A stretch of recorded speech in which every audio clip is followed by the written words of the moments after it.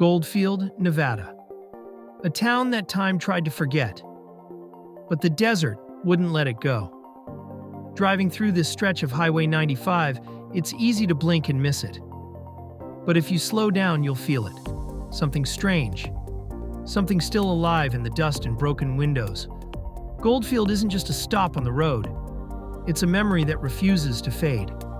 Back in the early 1900s, this place was the largest city in Nevada.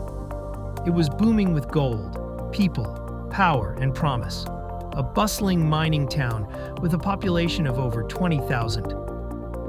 Now, a few dozen residents. Fewer than the number of saloons it once had. As you roll past old buildings, you'll see the Goldfield Hotel, towering like a ghost above the town. Abandoned for decades, it's considered one of the most haunted places in America. Some say the spirits of the gold rush still walk its halls.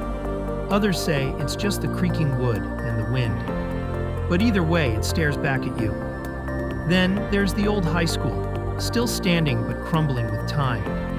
Its windows are shattered, yet you can almost hear the echo of footsteps, from kids long grown or long gone.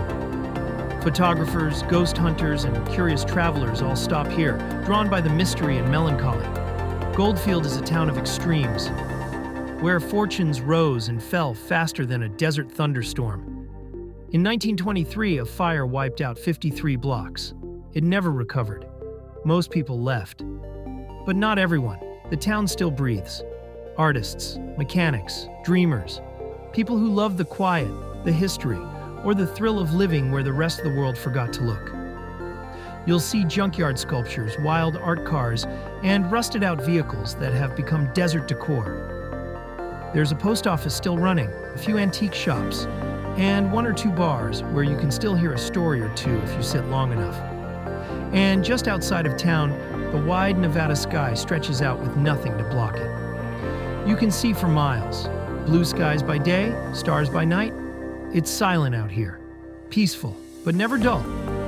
Goldfield isn't a town where you make plans.